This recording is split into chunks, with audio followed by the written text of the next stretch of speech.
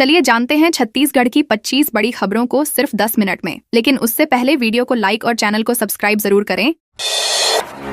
बनते ही उखड़ने लगी 1 करोड़ की सड़क। बिलासपुर जिले में 1 करोड़ 40 लाख रुपए की लागत से बनाई गई सड़क निर्माण के कुछ ही दिनों बाद उखड़ने लगी है। स्थानीय लोगों ने सड़क की गुणवत्ता पर सवाल उठाते हुए वीडियो सोशल मीडिया पर वायरल किया है, जिसमें हाथ से ही डामर की परत निकलती दिखाई दे रही है। मामला मस्तूरी ब्लॉक के अमगांव पंचायत के आमाकोनी से बेहतरा तक बनी सड़क का है। ग्रामीणों का आरोप है कि निर्माण में मुरूम की जगह मिट्टी का इस्तेमाल किया गया। सड़क निर्माण का काम जनवरी से चल रहा था। शिकायत के बाद जनप्रतिनिधि भी मौके पर पहुंचे और जांच की बात कही गई है। छत्तीसगढ़ में कपड़ों की आड़ में बेच रहे थे गांजा। छत्तीसगढ़ में गांजा तस्करी का नया तरीका सामने आया है। महासमुंद और धमतरी जिले में पुलिस ने ऐसे तस्करों को पकड़ा है जो बाइक पर कपड़े बेचने के बहाने गांजा सप्लाई कर रहे थे। आरोपियों ने बाइक में लोहे का सीक्रेट बॉक्स बना रखा था, जिसमें गांजा छिपाया जाता था। पुलिस ने 4 अलग अलग कार्रवाई में करीब 378 किलो गांजा जब्त किया है, जिसकी कीमत लगभग 1 करोड़ 90 लाख रुपए बताई जा रही है। महासमुंद से 10 तस्कर और धमतरी से एक नाबालिग समेत 3 आरोपी गिरफ्तार किए गए हैं। पूछताछ में खुलासा हुआ कि गांजा ओडिशा से लाकर दूसरे राज्यों में भेजा जा रहा था।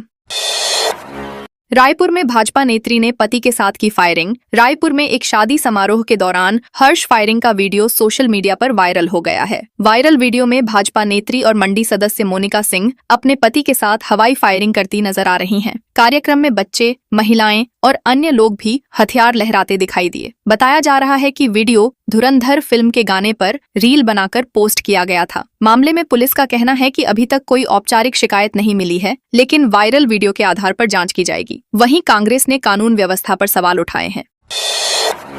1.5 करोड़ की गैस चोरी, फूड ऑफिसर को मिले 50 लाख। महासमुंद जिले में सामने आए 1.5 करोड़ रुपए के एलपीजी घोटाले की जांच तेज हो गई है। मामले में जिला खाद्य अधिकारी अजय यादव को पुलिस ने 3 दिन की रिमांड पर लिया है। आरोप है कि करीब 92 टन गैस चोरी कर बेची गई, जिससे लगभग 80 लाख रुपए का लेन देन हुआ। जांच में सामने आया कि इस रकम में से करीब 50 लाख रुपए अजय यादव को मिले, जबकि बाकी रकम एजेंसी संचालक और व्यापारी के बीच बांटी गई। पुलिस के अनुसार मामले में फर्जी दस्तावेज तैयार कर शासन को आर्थिक नुकसान पहुंचाया गया। हालांकि अब तक बड़ी रकम बरामद नहीं हो सकी है।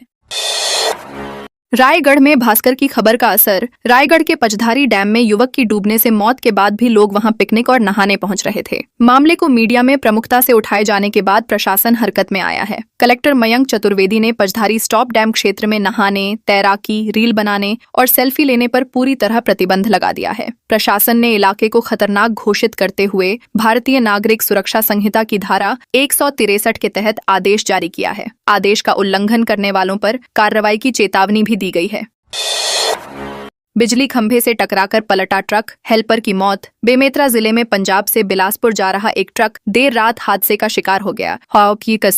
तेज रफ्तार ट्रक अचानक सड़क किनारे बिजली के खंभे से टकराकर पलट गया। हादसे में ट्रक के हेल्पर की मौके पर ही मौत हो गई, जबकि ड्राइवर सुरक्षित बच गया। घटना ग्राम गर्रा के पास रात करीब 2 बजे की बताई जा रही है। शुरुआती जानकारी के मुताबिक सड़क पर अचानक गाय आने से चालक ने ट्रक को बचाने की कोशिश की, लेकिन वाहन अनियंत्रित हो गया। हादसे में बिजली के खंभे और तार भी क्षतिग्रस्त हो गए।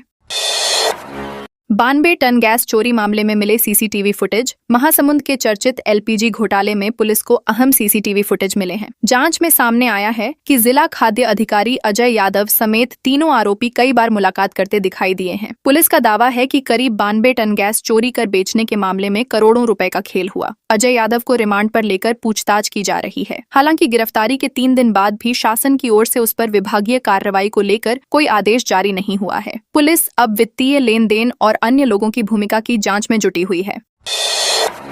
बिलासपुर सिम्स में एक्स-रे कराने 600 रुपए की मांग। बिलासपुर के सरकारी अस्पताल सिम्स में इलाज के नाम पर अवैध वसूली का मामला सामने आया है। एक मरीज के परिजन ने आरोप लगाया कि एक्स-रे कराने के लिए कर्मचारी ने 600 रुपए मांगे और कहा कि पैसे देने पर तुरंत जांच होगी, नहीं तो लंबा इंतजार करना पड़ेगा। शिकायत मिलने के बाद सिम्स अधीक्षक डॉक्टर लखन सिंह ने मामले की जांच के आदेश दिए हैं। उन्होंने कहा कि मरीजों से अवैध वसूली बर्दाश्त नहीं की जाएगी और दोषी पाए जाने पर सख्त कार्रवाई होगी। परिजन का कहना है कि उन्हें बाहर से दवाएं खरीदने के लिए भी मजबूर किया गया। बिलासपुर पोस्ट ऑफिस परिसर में गिरा पेड़। बिलासपुर के मुख्य डाकघर परिसर में सोमवार शाम अचानक एक पुराना नीम का पेड़ गिर गया। हादसे में डाकघर के बाहर खड़ी एक नई कार बुरी तरह क्षतिग्रस्त हो गई। घटना शाम करीब 6 बजे की बताई जा रही है। राहत की बात यह रही कि उस समय आसपास कोई मौजूद नहीं था, जिससे बड़ा हादसा टल गया। कार मालिक रोहन तावड़कर ने बताया कि उनकी कार हमेशा की तरह सड़क किनारे खड़ी थी। पेड़ गिरने से कार का पिछला हिस्सा और छत बुरी तरह टूट गई। घटना के बाद लोगों ने पुराने पेड़ों की समय पर जांच और कटाई की मांग की है। खदान ब्लास्टिंग से पत्थर उछला, 3 साल की बच्ची घायल। सूरजपुर जिले के रामानुजनगर क्षेत्र में SICL की कोयला खदान में हुई ब्लास्टिंग एक परिवार के लिए आफत बन गई। पटना गांव में घर के आंगन में खेल रही 3 साल की बच्ची को ब्लास्टिंग के दौरान उछला पत्थर लग गया, जिससे वह गंभीर रूप से घायल हो गई। परिजन तुरंत बच्ची को लेकर थाने पहुंचे और खदान प्रबंधन के खिलाफ शिकायत दर्ज कराई। ग्रामीणों का आरोप है कि रिहायशी इलाके के बेहद करीब लगातार ब्लास्टिंग की जा रही है, जिससे लोगों में डर का माहौल बना हुआ है। रात के घटना के बाद गांव वालों में भारी नाराजगी देखने को मिली। कोरबा में RI पटवारी को बनाया बंधक, धक्का मुक्की हुई। कोरबा जिले के करतला थाना क्षेत्र के नोनबिर्रा गांव में जमीन सीमांकन को लेकर बड़ा विवाद हो गया। ग्रामीणों ने गलत नाप का आरोप लगाते हुए राजस्व निरीक्षक और पटवारी को करीब 2 घंटे तक बंधक बनाए रखा। लोगों ने उनकी गाड़ी के सामने बाइक खड़ी कर रास्ता रोक दिया और जमकर हंगामा किया। इस दौरान हल्की धक्का मुक्की भी हुई। एक युवक रस्सी लेकर मौके पर पहुंचा और आत्महत्या की धमकी देने लगा। पूरे घटनाक्रम का वीडियो सोशल मीडिया पर वायरल हो रहा है। पुलिस ने पटवारी की शिकायत पर 4 ग्रामीणों के खिलाफ केस दर्ज कर जांच शुरू कर दी है। महासमुंद में 247 किलो गांजा जब्त। महासमुंद जिले में पुलिस ने गांजा तस्करी के खिलाफ बड़ी कार्रवाई करते हुए 247 किलो गांजा बरामद किया है। पुलिस ने इस मामले में 10 आरोपियों को गिरफ्तार किया है। जब्त गांजे और अन्य सामान की कीमत करीब 1,28 लाख रुपए बताई जा रही है। बसना थाना पुलिस को सूचना मिली थी कि ओडिशा से गांजा तस्करी कर लाया जा रहा है। इसके बाद पुलिस ने घेराबंदी कर 5 बाइक सवारों को पकड़ा। आरोपी खुद को कपड़ा बेचने वाला बता रहे थे, लेकिन तलाशी में बाइक में बने सीक्रेट बॉक्स से गांजा बरामद हुआ। पुलिस अब पूरे नेटवर्क की जांच में जुट गई है। मैनपाट के 64 लोगों को बेदखली का नोटिस, रैली निकाल चक्का जाम। सरगुजा जिले के मैनपाट क्षेत्र में प्रशासन द्वारा 64 लोगों को बेदखली नोटिस जारी किए जाने के बाद हड़कंप मच गया है। कमलेश्वरपुर और रोपाखार इलाके के लोगों ने कार्रवाई के विरोध में रैली निकालकर चक्का जाम किया। प्रदर्शन में पूर्व मंत्री अमरजीत भगत और कांग्रेस कार्यकर्ता भी शामिल हुए। लोगों का कहना है कि वर्षों से वे यहाँ रह रहे हैं और अब अचानक उन्हें हटाने की तैयारी की जा रही है। प्रशासन ने फिलहाल सभी पक्षों को सुनवाई का मौका देने की बात कही है, जिसके बाद आंदोलन अस्थायी रूप से स्थगित कर दिया गया।